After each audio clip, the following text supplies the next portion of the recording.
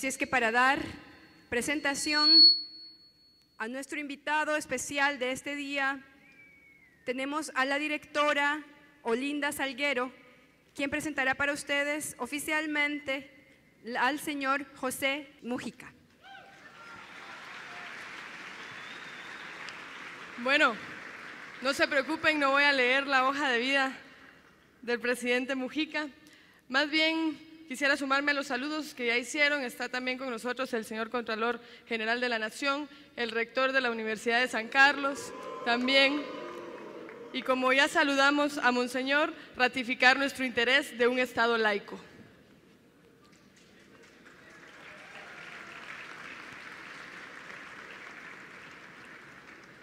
Todos los personajes que nos acompañan en la tarima, en los distintos paneles que vamos a estar llevando a cabo, tienen en común muchas cosas. Y más que su experiencia política, su tendencia ideológica, la amistad que les une, es su historia de vida. Son personajes que han dejado su vida en la causa. Y es que Nietzsche decía que si uno tenía algo por qué vivir, podía enfrentar cualquier cosa. Y algunos de ellos, como el presidente Paz Zamora, llevan las heridas de su lucha en la piel. Algunos, como el presidente Samper, la llevan dentro, con todas las balas de los atentados que sufrió. Otros, como el presidente Cerezo, en los atentados que sufrió antes de llegar a la presidencia, los distintos golpes de Estado, y todos ellos llevan en común la lucha de toda una vida de entrega, que uno puede entender que las diferencias ideológicas, políticas incluso, o incluso de simpatía, nos lleven a no querer reconocer algo de algún personaje, pero nunca podemos negar la calidad humana que les reviste. Así que dicho eso, quiero decirles solo algo muy breve del presidente Mujica. Y es que en esta lucha, nosotros le conocemos quizá desde hace muy pocos años, pero es una lucha de toda su vida por la justicia social, por la democracia, por las causas que le han movido profundamente y le han llevado a convertirse en ese ícono de conciencia global, que es por lo que todos lo queremos y lo admiramos. En enfrentamientos armados ha sido herido de balas también. Fue apresado 4 veces y en 2 oportunidades se fugó de la cárcel.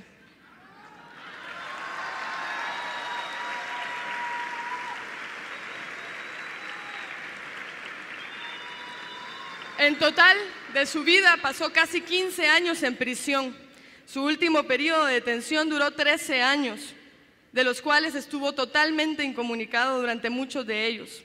Fue uno de los dirigentes supamaros que la dictadura cívico-militar tomó como rehenes. Y es en esa condición de aislamiento y de duras condiciones de detención que el presidente pasó buena parte de su vida. La última vez que le liberaron fue en 1985. Y probablemente, y él nos lo va a compartir, y yo más bien quiero volver a agradecerle su cariño, su solidaridad de acompañarnos, porque así como para todos ustedes, para todos los que nos ven a través de la televisión, en las redes, en los más de 25 puntos de retransmisión que hemos coorganizado con centros universitarios y en las universidades de Centroamérica y de República Dominicana, para nosotros también era un sueño que pudiera estar acá. Por eso inicié agradeciendo a todos los que lo hicieron posible.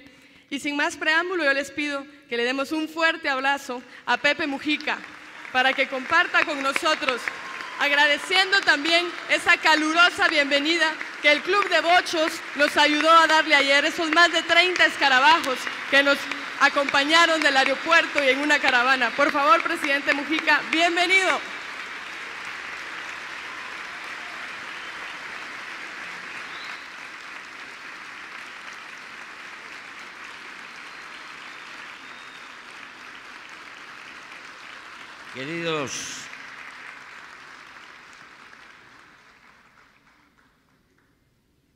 Queridos amigos,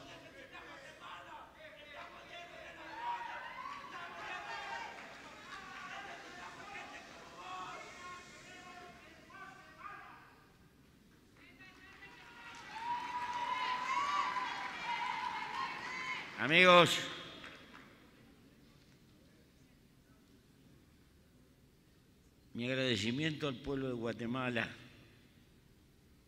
por un recibimiento excesivamente caluroso a los que están mirando desde lejos este encuentro, a los muchachos que con su fuga ayer pusieron una nota risueña unida a nuestra humilde peripecia histórica, a la gente que lleva adelante esta fundación, al pueblo de Guatemala en general. Si yo no fuera un viejo, sería peligroso, tanto calor.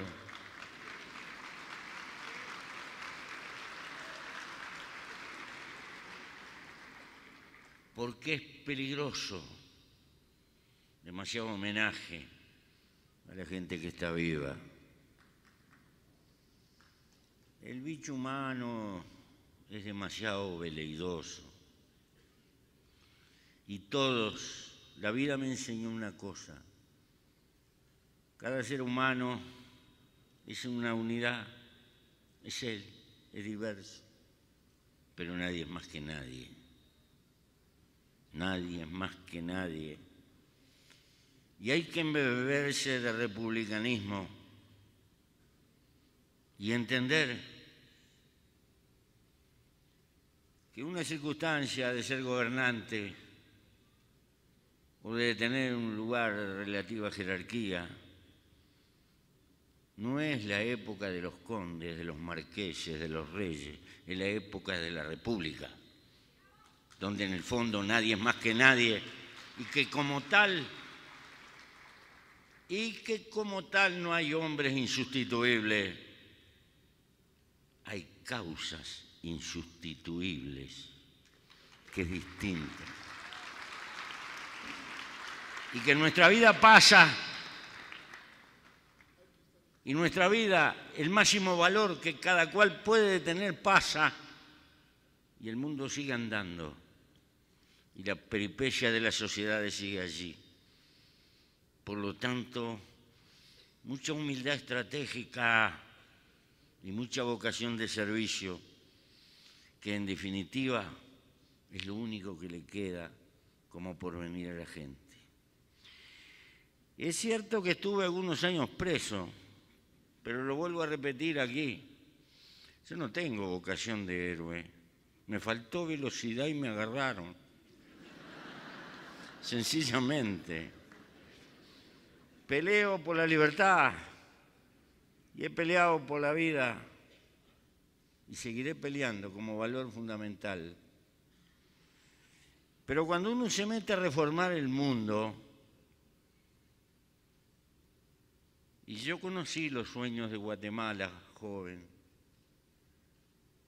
Arbenz estuvo en el Paraninfo de la universidad y éramos jóvenes, llenos de energía y de sueños. Y pensábamos que los cambios sociales por una humanidad mejor estaban a la vuelta de la esquina. Y toda nuestra generación subestimó las dificultades de la marcha. No el valor de la causa que sigue intacto en el horizonte, sino comprender que aún con los cambios materiales, las relaciones de producción y de distribución en una sociedad, si no cambia la cultura, si no cambias vos, en el fondo, no cambia nada del punto de vista esencial. Y que las batallas culturales son las más difíciles, las más largas, porque están unidas a un conjunto de valores indelebles. Por eso, queridos amigos, un viejo pensador griego decía que el hombre es un animal político. Es cierto, porque no es un felino, no puede vivir en soledad. Necesita de la sociedad, y si necesita para vivir de la sociedad es un animal político, aunque él no se dé cuenta. Necesitamos la organización de las relaciones humanas en el contexto de la sociedad. Y es la sociedad la que nos ha dado civilización y nos ha dado dolores. Vaya que nos ha dado dolores. Pero queridos compatriotas jóvenes revolucionarios que están saliendo del cascarón, ojo con tirar el niño con el agua de la bañera. ¿Por qué? Porque vivimos 40 años más de vida de promedio que lo que vivíamos hace 100 años. Y eso no es poca cosa. Este mundo injusto, inequitativo, dominador y prepotente de todas maneras, a pesar de ello, nos ha legado 40 años de vida más de promedio. Por lo tanto, una visión positiva al lado del desarrollo de la civilización humana, a pesar de todas las falencias. Y si el hombre es un animal político y si la política tiene que ver con la organización de la sociedad, acá viene una cosa que es de carácter esencial y que nosotros padecemos: los valores. Los valores que impulsan a la política. Dije al principio que los seres humanos, cada uno es una unidad. Luchando por la igualdad, somos diferentes. Y lo seremos, porque la naturaleza tiene sus juegos. Pero los valores de la política no son los valores que conducen la conducta humana para la acumulación de riqueza, la multiplicación de capital.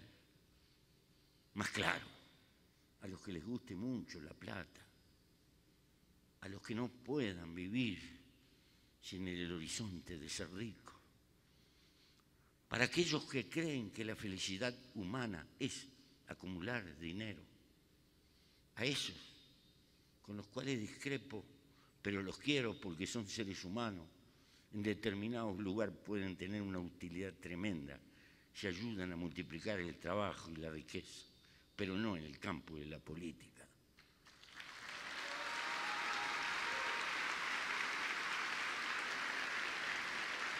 ¿Por qué? Porque la política es la lucha, no es que no existan intereses. Es que la palabra interés no es solo una ecuación de carácter económico.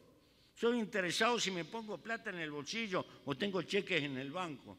No, no. El que ande por la vida sabe que hay otros intereses. Que hay cosas que no tienen nada que ver con la plata. Más, si cada uno de ustedes analiza su peripecia individual, se va a dar cuenta que tal vez las cosas más hermosas y las más dolorosas de su propia vida no tienen nada que ver con la plata. Entonces, esta es una cuestión que nos pasa en el tiempo contemporáneo. Estamos en una etapa del desarrollo de esta civilización capitalista que necesita. Habrá sido derrotado el neoliberalismo, claro que lo ha sido. Pero la mercadería reina en las vidrieras. Estamos rodeados, por un lado, de injusticias sociales, pero por otro lado estamos rodeados de oferta de la mañana a la noche. Compra esto, compra lo otro, compra lo otro. Y si tu botija va a la escuela, tu niño va a la escuela, viene con el reclamo de que no tiene los championes que tiene fulano de tal. Y si tú no cambias el celular porque salió uno nuevo y haces 4 horas de cola para que te cobren un disparate para tener ese aparatito, te parece que estás inferiorizado en el conjunto de la sociedad. Esa cultura que nos transforma en compradores compulsivos nos lleva de la mano, nos conduce de la mano por todas partes a entender que triunfar en la vida es igual a tener riqueza, a multiplicar riqueza, a tener más poder de compra. Y has de comprar un auto mejor para que tus vecinos lo vean, o el círculo social el que te pertenece, y así sucesivamente, hasta que un día te despiertas y dices, un viejo que no puedes con los huesos. ¿Y qué hiciste de tu vida? Te pasaste pagando cuotas y trabajando mucho. Bueno, está bien. Esto es una consecuencia. El sistema necesita una cultura adecuada a esta época porque necesita seguir acumulando y acumulando. Y para ello necesita una humanidad que compre, que compre y que consuma. ¿Hay freno? Yo no estoy haciendo un discurso de pobrismo. No. Pobres son los que precisan mucho porque no alcanza nada.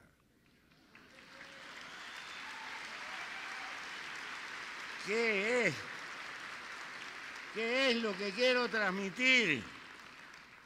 Porque es esto lo que nos lleva de la mano y nos conduce a la corrupción. Es esto lo que nos lleva de la mano a no contar con recursos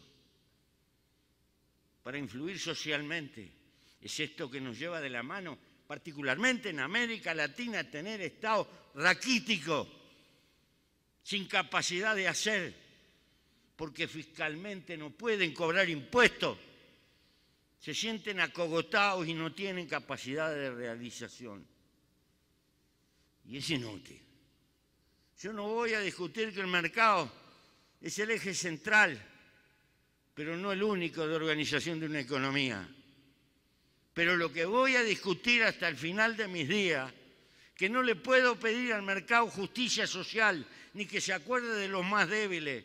Por el contrario, un país puede multiplicar constantemente su riqueza y no por ello termina ni con la pobreza ni con la indigencia, porque va quedando otra humanidad al costado del camino.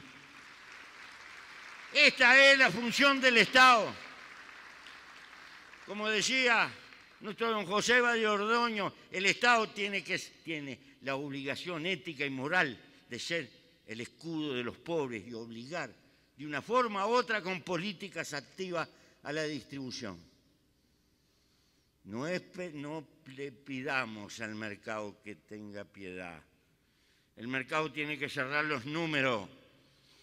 La piedad tiene que ser una organización política que debe surgir del Estado. Y como me han ahorrado literatura, y para no repetir, quiero complementar. Lo primero que nos ha enseñado la vida, que el primer agente de distribución, no el único, el primer agente es el salario. El salario es el primer elemento. Nosotros particularmente hace mucho que hemos optado por el camino de la dura organización sindical. Mi país tiene una única central de trabajadores, lo cual no quiere decir que todos piensen igual y que todos estén de acuerdo. Pero tienen periodos donde trabajadores organizados y sistemas patronales, sector por sector, discuten el precio de las manos. Y cuando no se ponen de acuerdo en determinado momento, interviene y el Estado vota y lauda. Y eso es mejor que el Estado decrete. ¿Por qué? Porque mañana el Estado que quiere repartir puede no estar. Y es mejor que los trabajadores tengan la fuerza, la costumbre y la organización de pelear por lo que les corresponde. Porque en definitiva, el Estado no debe organizar la lástima, debe de tratar de recobrar ciudadanía para que la gente tenga capacidad, recursos y condiciones para luchar con aquello que le corresponde. Y en definitiva, ¿arregla el salario todas las cuestiones? No. Hay un mundo fuera del salario. Necesariamente se necesita que una economía prospere pero se necesita un Estado que fiscalice y tenga políticas fiscales y extraiga los recursos para invertir allí donde el mercado no apunta. Insisto con esto. Un Estado raquítico sin recursos para impulsar la enseñanza, para defender la salud pública, particularmente de los pobres. Un Estado sin recursos para enfrentar la masificación de la enseñanza podrá tener las mejores intenciones, pero no alcanza con intenciones. Se necesitan además de la voluntad política los recursos. Y acá viene otra tragedia contradictoria de nuestra situación. Lo contradictorio es que para que una economía prospere necesita inversión. Y la inversión necesita un clima que haga posible la marcha de la economía. Y aquí, en esto, radica uno de los fenómenos más sensibles frente al cual no hay receta de la conducta política, donde tú tienes que manejar las cosas de tal manera que la economía invierta, que el inversor, que no es una carmelita descalza, que no es un poeta, sino que el inversor es alguien que quiere multiplicar el capital que pone. Y naturalmente tiene esa conducta y tú precisas que invierte para que multiplique la riqueza. Pague impuestos y tú, Estado, tengas para repartir. No te puedes pasar de la raya si aplicándole la romana de los impuestos se te dispara, porque al final te quedas con menos. Pero tampoco te creas el lloro que te va a poner permanentemente, que no podemos, que estamos fundidos, que esto y que el otro. Ni una cosa ni la otra. Esto sí es el verdadero arte más difícil de la conducta democrática en un país. ¿Por qué? Porque la democracia en el fondo es repartir poder. Y repartir poder es combatir la desigualdad. Los que tienen menos poder son los desiguales, los que quedan al costado del camino, los que no pueden tener capacitación superior. Entonces, la política de igualar es la política de afirmar en el largo plazo la democracia. Pero la democracia corre riesgo cuando, demagógicamente o en la lucha de las campañas electorales, levanta programas que no va a poder cumplir jamás y crea una expectativa que después no puede cumplir. Y la democracia se enferma porque a las masas hay que darle respuesta. No se le pueden dar promesas en el aire, ucrónicamente, eternamente, sino que necesita la sensación de que es parte y se incorpora como ciudadanía. También hay que entender, esta es otra patología y otro riesgo que tiene la democracia. Y así como la pérdida de ética, así como el fracaso por promesas exageradas que no se pueden cumplir, y a veces no se pueden cumplir por el estado raquítico de la fiscalidad, porque en esta América Latina ponerle impuesto a los ricos parece que es una revolución impresionante. ¿Y a quién le vas a cobrar impuestos? A los que están en la zanja, a los que están viviendo. Esta es también de las contradicciones, queridos compatriotas, que tenemos. Y en ese marco,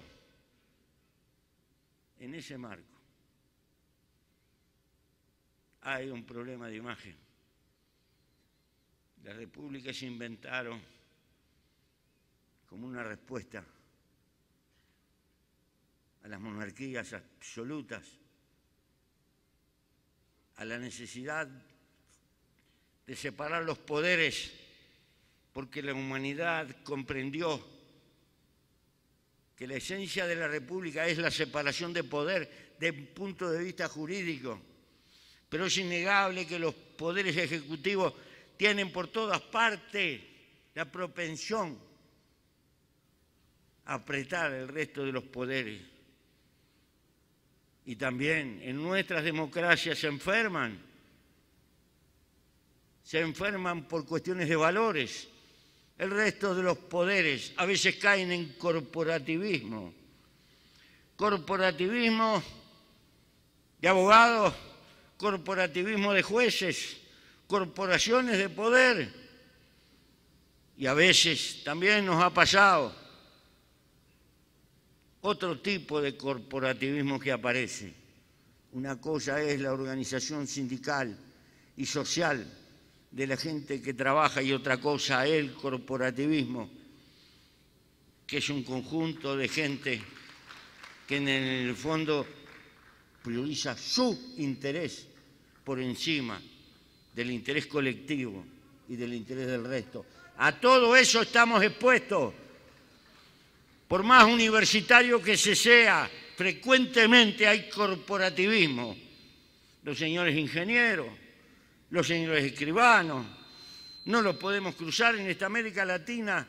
Todos hablamos más o menos la misma lengua.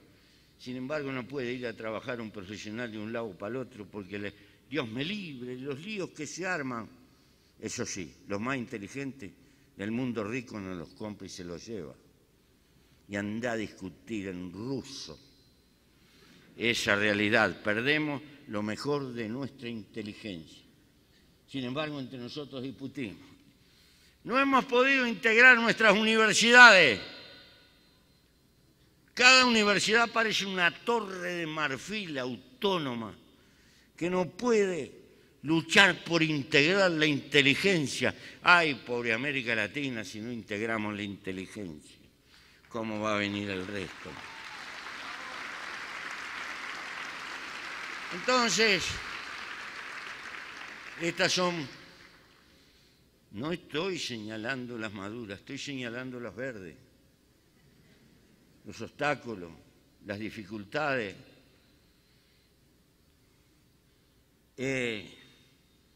Pero todo esto requiere una herramienta, queridos compatriotas. No creo que exista pura democracia representativa sana si no existen partidos políticos fuertes. ¿Por qué digo esto? Porque los esfuerzos de una sociedad no son de Juan, Diego o Pedro o de Perengano, que es una personalidad interesante, importante. Los cambios profundos y paulatinos en una sociedad necesitan la acción de seres colectivos que operen a lo largo del tiempo y a lo ancho y en profundidad de un país. No son para un momento. Y las verdaderas causas profundas ni siquiera se resuelven en el marco de una generación. El pacto por el progreso tiene que ser un pacto intergeneracional y eso solo lo puede asegurar la vida sana de partidos políticos que duran más que los individuos. Y hay que gastar mucha energía. ¿Por qué? Porque el partido es la herramienta para el cambio. No es el cambio en sí. Es la herramienta que nos da posibilidad de operar en el conjunto de la sociedad. Pero aquí viene una de las patologías. Cuando caemos en la responsabilidad de gobernar, tiende a confundirse partido con gobierno. Y confundir partido con gobierno es la tumba de los cracks, es comerse el futuro. Porque el partido está antes y está después. El gobierno administra el hoy y necesita toda la fuerza y el apoyo para administrar el hoy. Pero el partido tiene que cultivar la utopía tiene que pensar en el mañana, en la formación de los cuadros que van a enfrentar el porvenir. ¿Y qué pasa? El gobierno nos come los mejores cuadros y dejamos el partido como una cosa del costado y corremos este riesgo, que en el paso del tiempo el partido tiende a transformarnos en una agencia de colocación. El camino del arribismo, los que necesitan laburo vienen al partido a medrar a ver si le consiguen un laburo y por ahí se nos va pudriendo la mejor madera del partido. Estas patologías existen también en la democracia y esto implica que hay que invertir cuadros en la formación del partido y en la lucha del partido y en la independencia del partido. Así como las organizaciones sindicales jamás deben de ser la escoba de un gobierno, por más progresistas que sean, tienen que tener independencia de clase y tienen que tener el coraje. Tienen que tener el coraje de rezongarle a su propio gobierno, aunque lo hayan votado. Porque para eso se quiere la libertad. La libertad se quiere para discrepar, no para estar de acuerdo. Sencillamente, si no nos quedábamos con la monarquía. No, se necesita la libertad. Y los partidos y los gobiernos necesitamos que nos rezonguen y que nos señalen el camino y que nos exijan más de lo que podemos dar. Y a veces cometen injusticia, sí, pero también los gobiernos nos equivocamos. Es parte del costo de progresar colectivamente una sociedad, porque en definitiva, por encima de la medida, permanentemente hay que luchar por crear ciudadanía. Y la ciudadanía no es un mero votante, no se es democracia solo votando.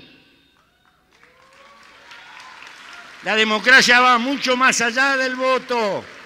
Por supuesto que supone republicanamente la separación de poderes y por supuesto que supone elecciones limpias.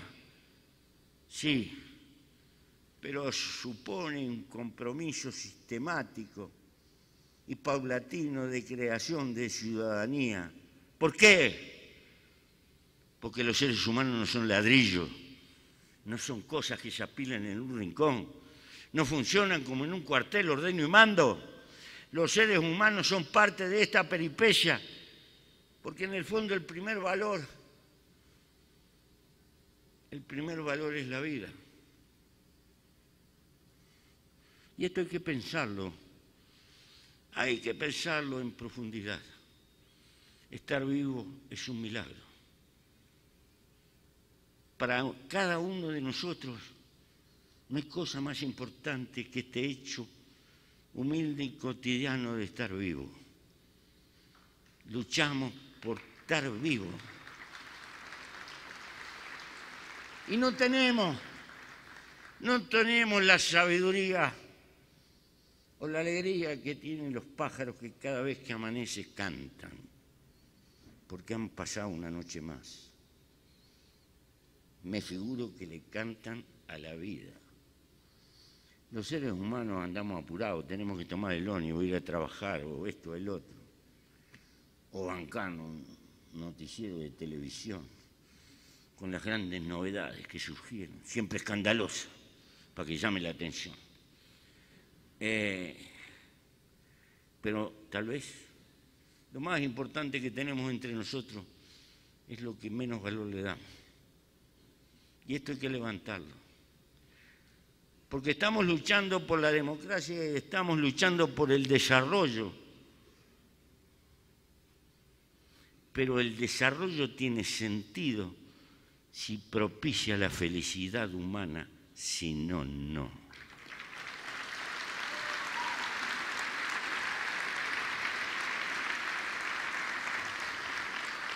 Porque esta vida es el único capital importante que tenemos.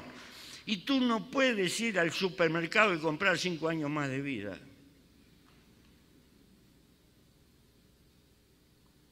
Y esto no es un valle de lágrimas para ir a una tierra prometida. El valle de lágrimas y la tierra prometida están acá, o no están. ¿Y vivirás con el sudor de tu frente? Sí, pero no vivirás para sudar.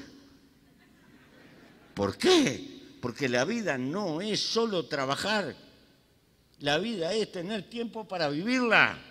¿Y qué es vivir la vida? Tener tiempo para las grandes cosas cotidianas, eternas y permanentes de los seres humanos, la pareja, los hijos, un puñado de amigos. ¿Y después qué? ¿Después qué? ¿Cuál es? Es muy poco más, en el fondo, lo que hay. Pero para cultivar eso, y para cultivar una cuota de libertad individual, definiendo la libertad como algo preciso, eres libre en el momento. No cuando estás peleando por la chaucha, por el presupuesto, por esa necesidad básica que tienes de ganar los medios para mantenerte tú y tu familia. En ese momento no sos libre, estás agarrado por una obligación que te impone hasta la propia biología. Sos libre cuando tienes tiempo para hacer lo que se te cante con el tiempo de tu vida, sin joder a otro. Que para uno puede ser jugar al fútbol, para el otro pescar, para el otro estar panza arriba bajo un árbol. No sé, así somos los seres humanos.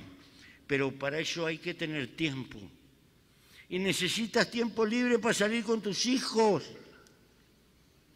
Y mucho más cuando empiezan a estar entre la adolescencia. Y tú quieres que no le falte nada, pero ojo, que no le termines faltando tú, a cambio de que ellos tengan mucho cacharro que le dan pelota un rato y después lo dejan tirado. Es decir, hay que aprender a ponernos freno en la conciencia.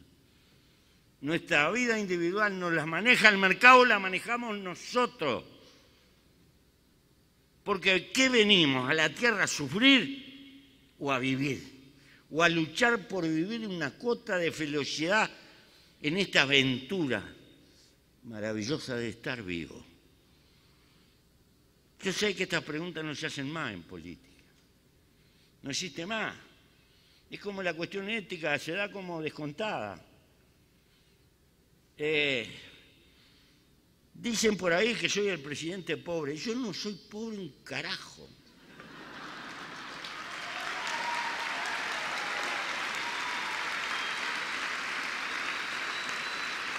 La soledad del calabozo. La noche que me ponían un colchón me enseñó una cosa, la flauta. Qué mejora era tener colchón a no tener colchón. Y aprendí esto. Poco liviano equipaje por la vida para tener tiempo libre. Eso no es culto del pobrismo. Es el culto de la sobriedad para tener tiempo libre, disponible, para dedicárselo a las cosas que a uno le gustan. En mi caso, la lucha política, la lucha social por mejorar en lo posible el resto de la humanidad, hasta donde la fuerza nos den. En otro puede ser otra cosa, pero eso es la libertad del punto de vista individual. Cuando nosotros tomamos nuestra vida y la orientamos, y no que nuestra vida nos la orientan por una imposición de demanda y de mercado. Esto es ser libre. Y estas cosas, porque hay palabras que las utilizamos grandiosamente, la libertad. La libertad es tener que... Los trabajadores del Uruguay, hay un grupo de trabajadores que en lugar de trabajar 8 horas lograron la conquista social de trabajar 6 horas, pero arrastrado por la violencia de la sociedad de consumo, que no te pega piñazos y galletas, no, te trabaja con los medios de información, con la televisión, va imponiendo una cultura. En lugar de trabajar 6 horas se consiguieron otro trabajo y ahora trabajan 12.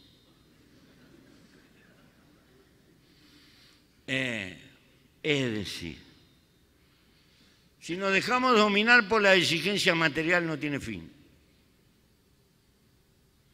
Y el fin es pasarse toda la vida pagando cuotas. Ese es el fin y el destino que nos propone el hiperconsumismo.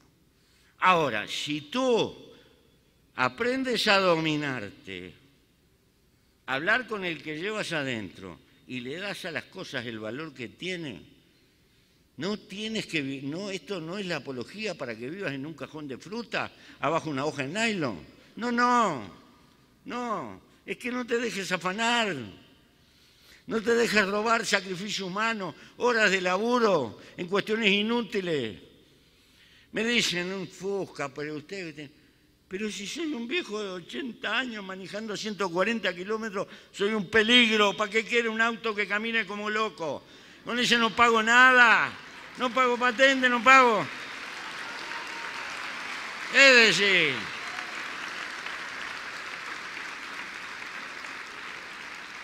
No estoy hablando maravilla, estoy peleando por el sentido común. Estoy peleando por el sentido común. Las cosas más vitales, más decisivas, son sencillas. La organización de mercado lo que tiende es apropiarse del tiempo en nuestra vida y a transformar el tiempo en nuestra vida en una mercadería. Y es una carrera de carácter infinita. Esto solo lo podemos frenar no con medidas de gobierno, con medidas culturales. Esto es como el gurí. Tú no puedes determinar que no haya tráfico en la calle, lo que tienes que enseñarle a tu gurí a cruzar la calle a pesar del tráfico.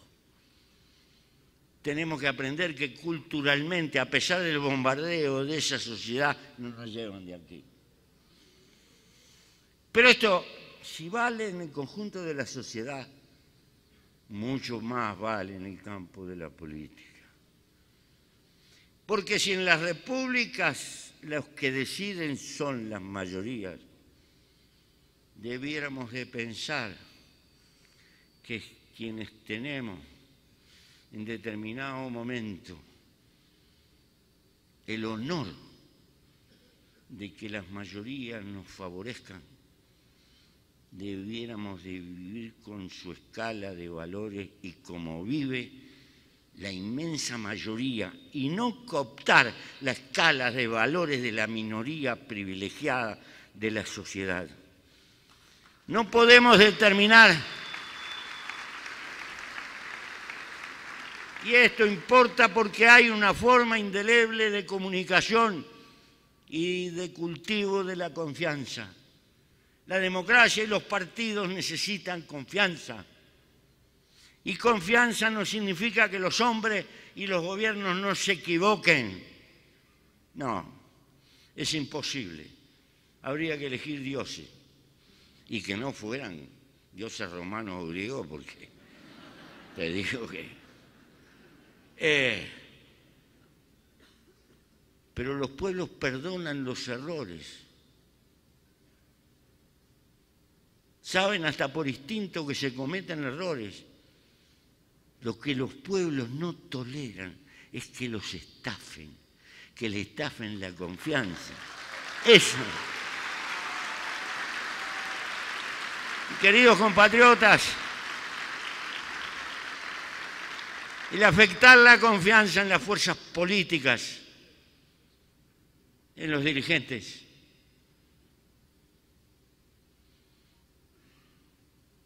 es la peor enfermedad de la democracia.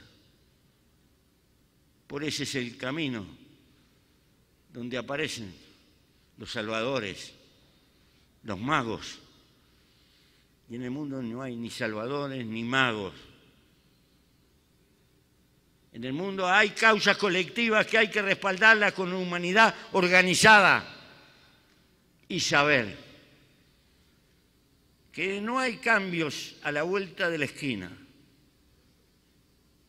que la lucha por los cambios en el sentido de tener sociedades más igualitarias, más equitativas, con afirmación positiva de la vida, es una larga causa humana,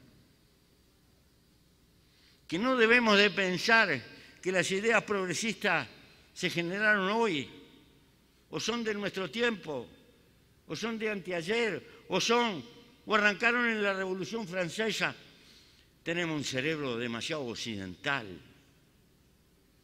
Siempre la humanidad ha tenido 2 o 3 caras fundamentales. Los que han tenido un sentido de igualdad, de ayuda a los oprimidos y a los débiles. Los que han tratado de apropiarse del bienestar, los que se han creído y han generado cuestiones de superioridad. Siempre ha habido una cara conservadora del hombre. Tal vez el hombre lo precisa porque no se puede cambiar todo todos los días. Pero esa cara conservadora, cuando se transforma en reaccionaria, le pone una muralla a la historia, y es la causa de muchas desgracias para el devenir de la civilización. Del lado progresista de la historia podemos ser impacientes y creernos que cambiamos todo, como con arte de magia, y caemos en el infantilismo y no cultivamos la paciencia militante de la gota de agua organizada, disciplinadamente, porque construir una sociedad mejor es construir el edificio más complejo, y hay que construirlo con albañiles que se forman en nuestra sociedad. Y el hombre agrede la naturaleza, pudre los ríos, impulsado por el reino de la mercadería, está agrediendo el mundo en el que vivimos, pero el hombre ha demostrado que tiene capacidad intelectual como para determinar que ríos que estaban podridos los regenera.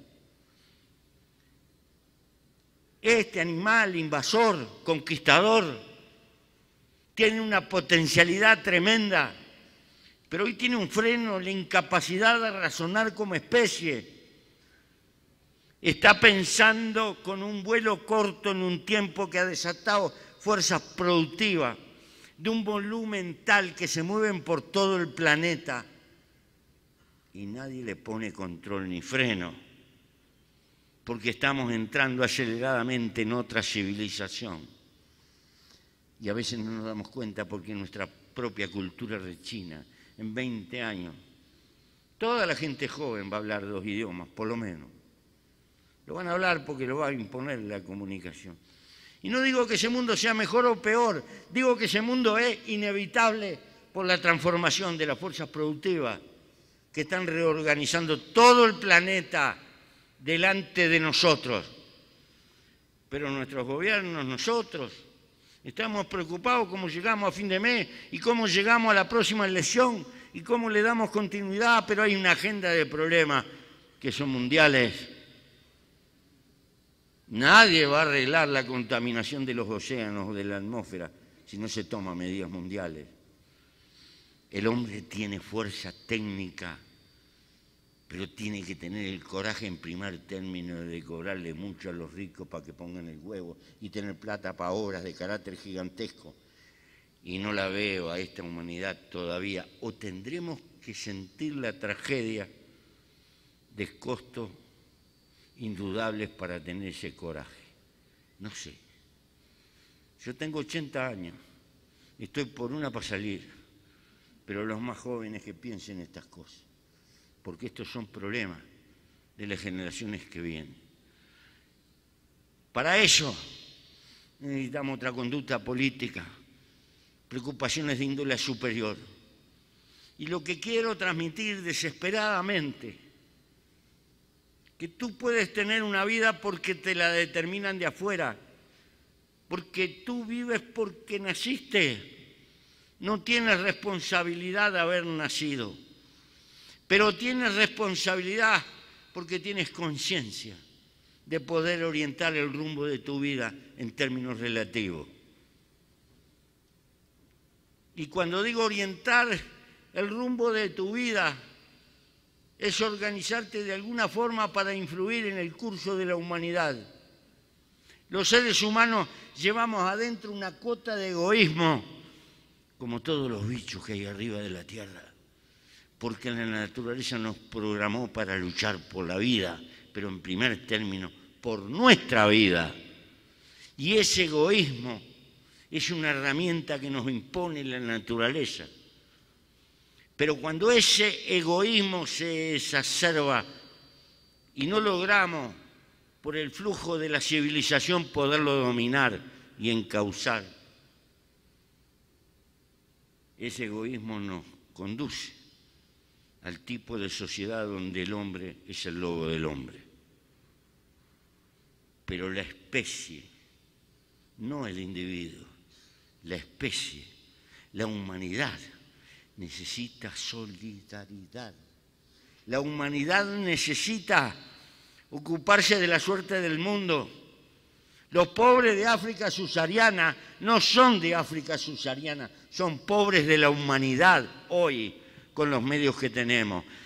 Porque decir, consolarnos que no hay recursos para barrer la pobreza de arriba del planeta es no querer reconocer la impotencia política de organizar los recursos, porque somos débiles políticamente. ¿Por qué digo esto? Si el mundo gasta 2 millones de dólares por minuto en presupuestos militares, no me digan que no hay plata para enfrentar la desertificación del Sahara. Entonces, nunca los seres humanos, queridos compatriotas, nunca los seres humanos tuvieron tantos recursos, tanta tecnología y tanta ciencia. Nunca este mono raro tuvo tantas posibilidades y tanta fuerza de poder cambiar la faz del planeta. Sí, el hombre puede salvar y mejorar la suerte del planeta. El hombre puede cultivar los mares. El hombre puede purificar el aire, purificar el agua. El hombre puede poblar los desiertos, puede llevar la vida y el hombre más. Y si logra sobrevivir, se lanzará algún día al espacio. El hombre es un bicho portentoso si logra dominar su egoísmo y es capaz de profundizar en el camino del deber y de la solidaridad por amor a la vida. Como no podemos pelear para que nuestra vida sea eterna, lo que sí podemos es pelear para que sea eternamente mejor la vida de los que van a venir luego de nosotros. Y esa es una hermosa causa de amor a la vida que no deberíamos olvidar. En nuestro drama, Guatemala, tajo doliente de nuestra América Latina, con sus viejas naciones indígenas, pisoteadas, olvidadas, pero que están allí, poseedoras de su cultura. No creo en la pureza de raza. Aprendí en la genética animal que nada más vigoroso que los híbridos. Viva la mezcla de raza y de colores y de verdadera democracia, del canto de las venas y del amor arriba de la tierra. Por el contrario, las razas puras son un desastre. Son un verdadero desastre, un poema en contra de la genética. La naturaleza está hecha para la recreación. Y esta América es indígena, es negra, es de origen ibérico y ha sido refugio de los desheredados de cualquier parte de la tierra. Se han conformado estas naciones. Pero llegamos tarde, muy tarde. La civilización industrial que arrancó ahí en derredor del Canal de la Mancha lleva una vanguardia. No crean que es la plata de las multinacionales o la plata del Tesoro de Estados Unidos o de Japón la ventaja. La ventaja es científica y tecnológica, la más difícil de descontar. Y tendremos que darnos cuenta que para para ese mundo que se está organizando delante de nuestras narices en unidades continentales, cuando el sueño de las relaciones multilaterales comerciales de la OMC se transformó en un ayer, cuando hay más de 300 y pico de tratados de libre comercio firmados en el mundo y otros tantos que se están discutiendo, por lo tanto no hay libre comercio de nada. Lo que cuenta son el crecimiento de las unidades continentales. Critiquemos a Europa lo que quieramos, pero Europa hace rato que sabe lo que tiene que hacer. Y lucha con sus contradicciones nacionales, fuere como fuere. Y ahí está, 600 y pico de millones de habitantes construyendo la unidad económica más grande que hay arriba de la Tierra. Con contradicciones, sí. Miremos lo que es el Estado multinacional de China, un gigante inconmensurable que ya no podremos ninguno de nosotros, de nuestros países latinoamericanos, renunciar a relaciones económicas, políticas y sociales con semejante continente, y atrás la India como postre, emergiendo, el país más poblado de la Tierra en pocos años. La pregunta es esta: ¿qué vamos a hacer los latinoamericanos, atomizados y aún? ¿Ustedes se imaginan un país como el Uruguay de 3 y pico de millones de habitantes, o como Guatemala, que debe tener bastante más, discutiendo con China un tratado de intercambio? Marchámosles piedra, compañeros. Ya no es por los sueños de Bolívar o de los otros libertadores que querían fundar los estados, siguiendo los derroteros de los viejos límites, de los viejos virreinatos. No. Ya es por desesperación, por nosotros mismos. En ese mundo de gigantescos continentes que se está organizando, porque ahí está Estados Unidos, la primera potencia político, militar y económica, y sobre todo científica, de nuestra época, que a las espaldas tiene una retaguardia, una tierra prometida, Canadá, cuasi vacío. En ese mundo o articulamos deliberadamente un acercamiento entre nosotros o somos una hoja al viento. ¿Y qué supone esto? Supone la desaparición de los estados nacionales o de las culturas nacionales. No. Supone que la construcción de un alero para que proteja eso, para que eso pueda vivir. Porque agrándate o vete. La única manera de agrandarse es juntarse para gestar políticas comunes. Este es el desafío del tiempo que viene, de las nuevas generaciones. Solo se respetan los seres fuertes por ahora en este mundo. Este mundo no es tan amoroso y tan civilizado. Hay que ser fuerte, pero los más grandes, los más fuertes de América son poca cosa por la distancia que nos han sacado.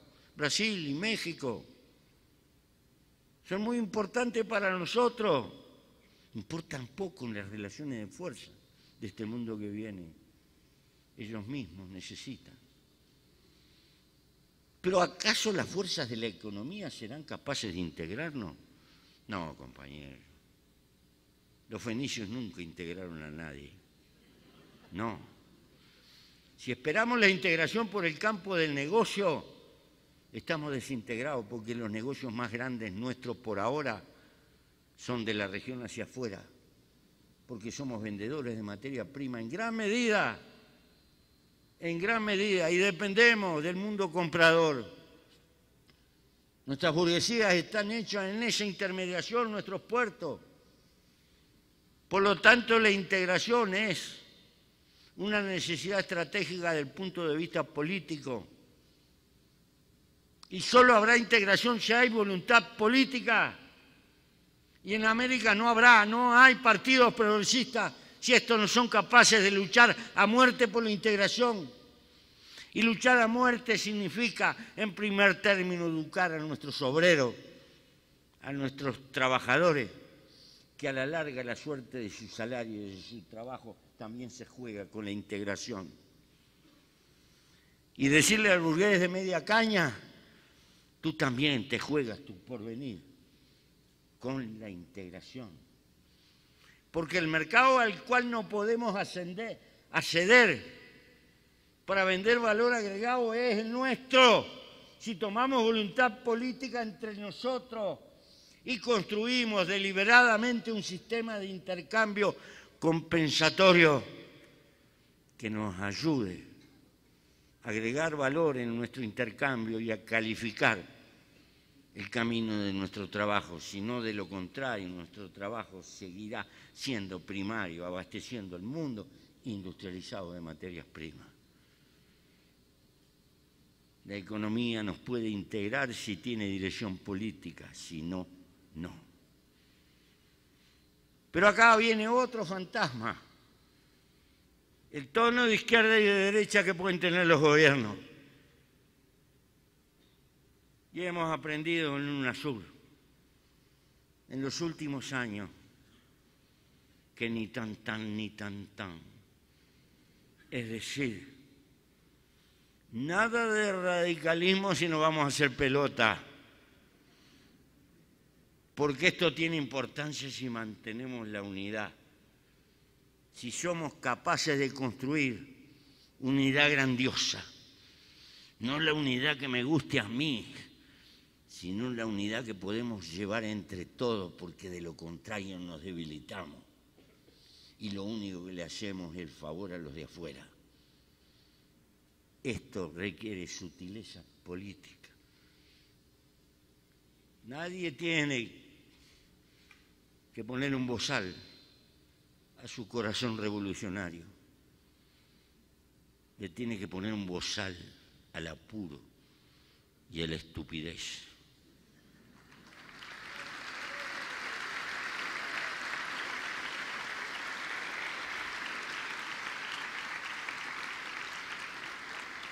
Tú te puedes sentar en la mesa de cualquier señor poderoso si tienes bien claro que esa mesa es de él.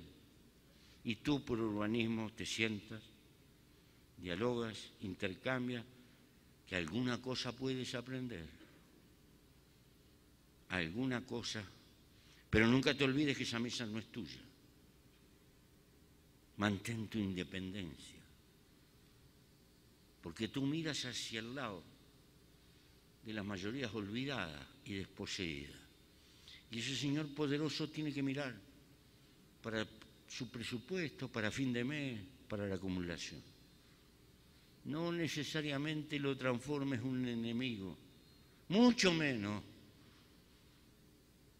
cuando no sabes hacer lo que hace él.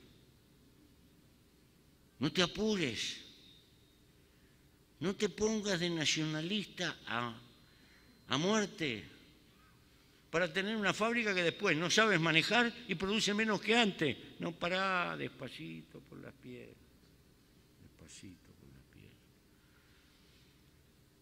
Mientras estés generando riqueza, no acogotes a nadie.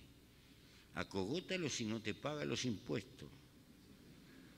Pero déjalo vivir si no los puede sustituir por ventaja.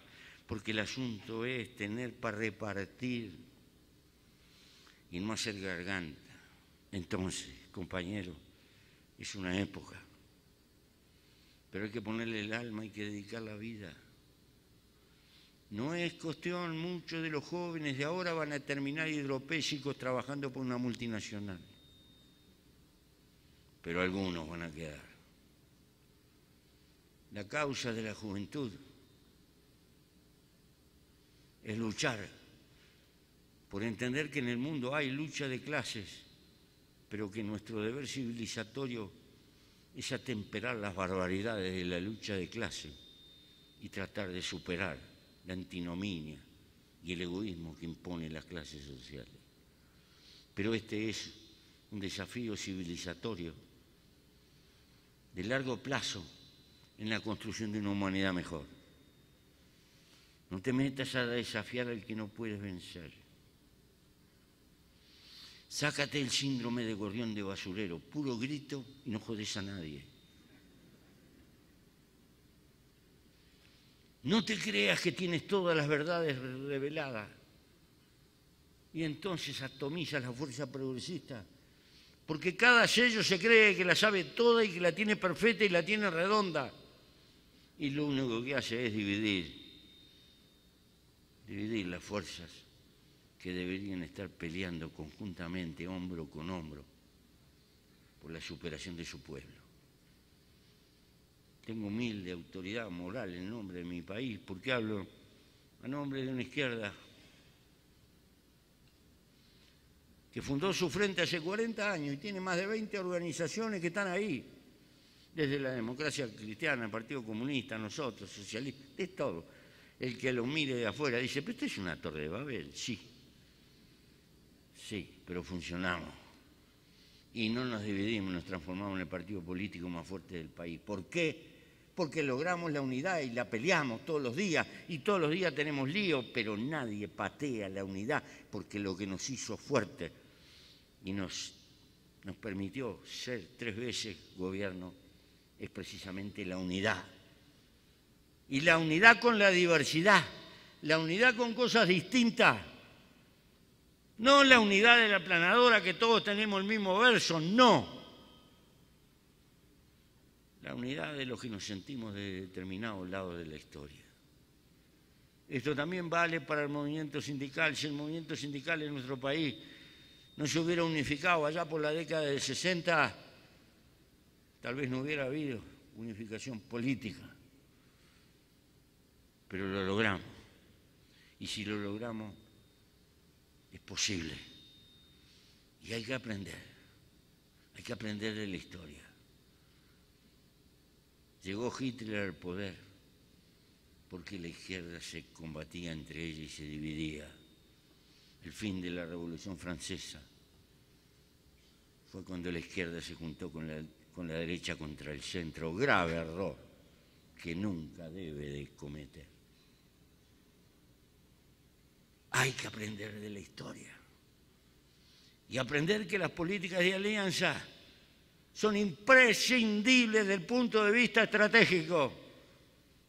Y tener política de alianza es respetar diferencias, pero lograr términos comunes.